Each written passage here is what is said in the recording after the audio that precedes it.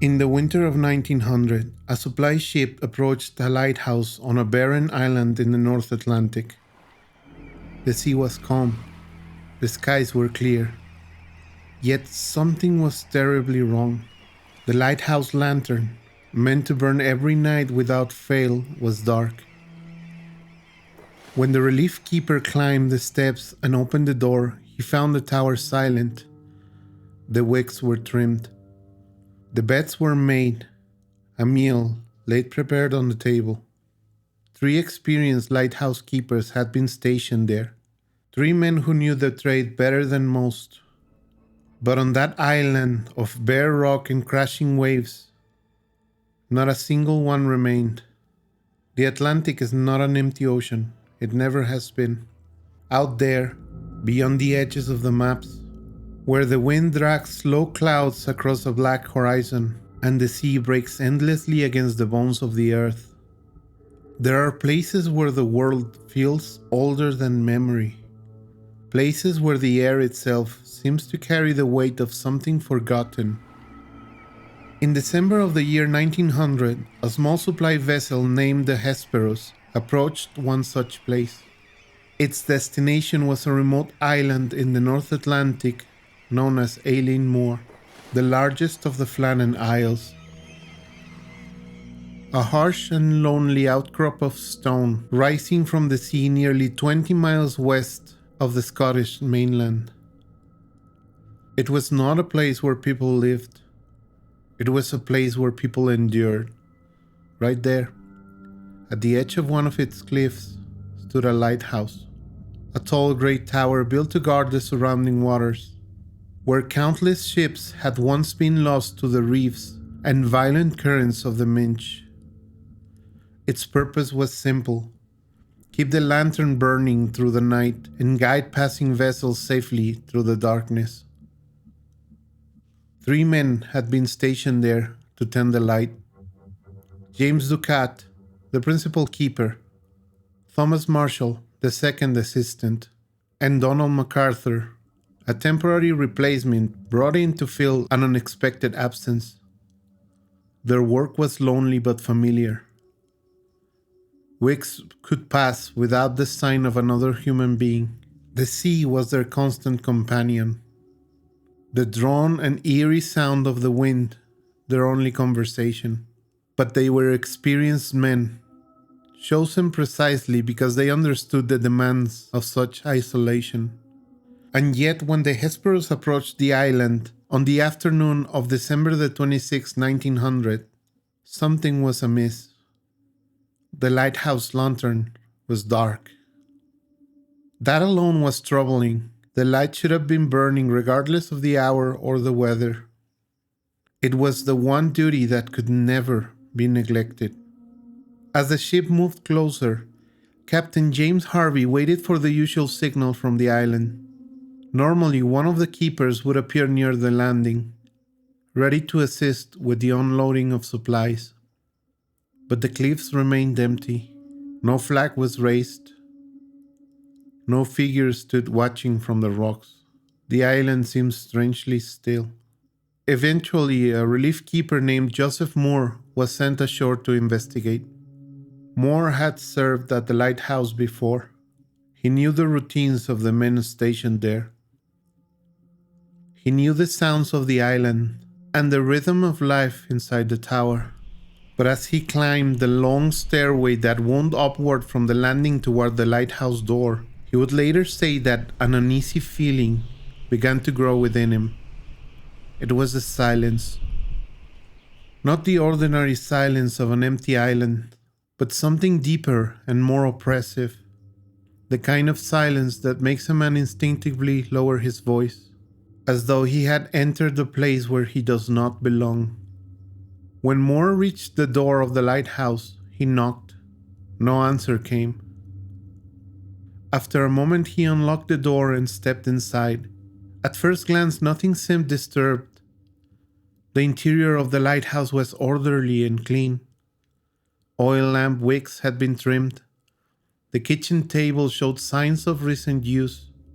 Beds were neatly made. But the men who should have been there were nowhere to be found. Moore searched the entire tower, calling out their names as he climbed the winding stairs. His voice echoed through the stone corridors and faded into the hollow quiet of the empty rooms. One small detail caught his attention as he moved through the living quarters. A wooden chair lay overturned near the table, not shattered or violently thrown, but simply lying on its side, as if someone had risen suddenly and left with haste. The lighthouse clock had stopped. Perhaps it had simply run down. Perhaps it had been forgotten in the confusion of whatever had occurred. But in a place governed by strict routine and careful discipline, even small irregularities carry a strange weight. Then Moore noticed something else. Inside the coat rack near the door hung one of the heavy oilskin jackets used during storms. 2 others were missing, which meant one of the 3 men had gone outside without his weather gear, and on an island where the wind could rip a man from his feet and throw him against the rocky terrain. Stepping outside without protection would have been almost unthinkable. Moore left the house and began to search the island. The cliffs of Alien Moor are steep and unforgiving. Narrow paths wind between the buildings and the western landing where supplies are brought ashore. Beyond that point, the land falls sharply towards the sea in jagged terraces of stone. The ocean below was restless that day, though not unusually violent. Waves crashed against the cliffs in long rolling surges, sending plumes of white spray high into the air. But there was no sign of the missing men. No footprints in the soil, no discarded tools or any signs of a struggle. It was as if they had simply stepped out of the lighthouse and dissolved into the wind. News of the disappearance quickly reached the Northern Lighthouse Board, and an official investigation began. When the investigator, Robert Muirhead, arrived to examine the island more closely, he focused his attention on the western landing, where equipment was stored. There he discovered something unusual. A large storage box had been smashed open. Iron railings that once secured the crane platform were bent and twisted. A rope used to tie down equipment had been torn loose from its moorings. It appeared that powerful waves had struck the landing with tremendous force.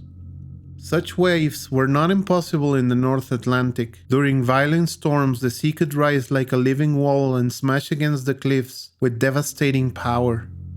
If a keeper had been working near the landing when such a wave arrived, he could easily have been swept away. The official explanation began to take shape. Perhaps one of the men had descended to the landing to secure the equipment during rough weather.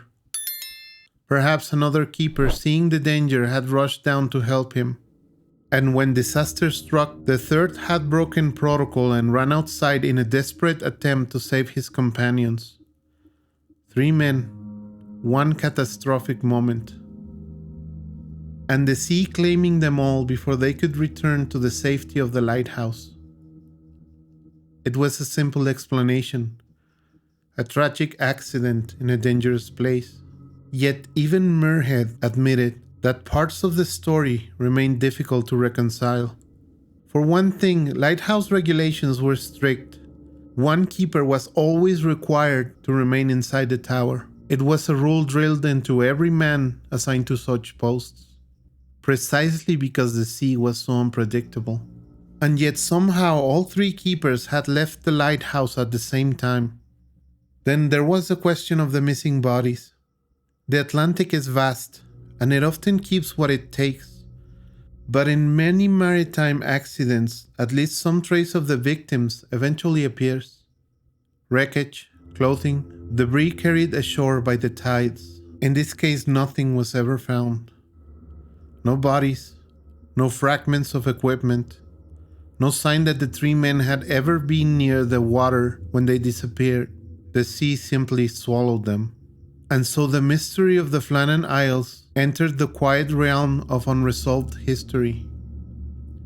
Years passed. The lighthouse continued operating, though eventually automation removed the need for human keepers entirely.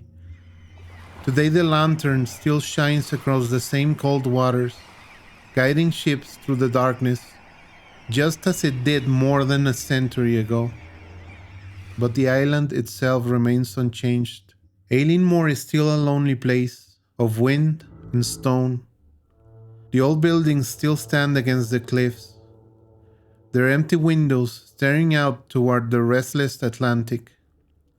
When storms pass over the island, the air fills with the same roar of wind and crashing waves that the three keepers would once have heard from inside the tower. And somewhere beneath those endless waters lies the answer to a question that has never been fully resolved. On a winter day in December of 1900, 3 experienced lighthouse keepers walked out of a tower built to protect them from the sea. And none of them were ever seen again.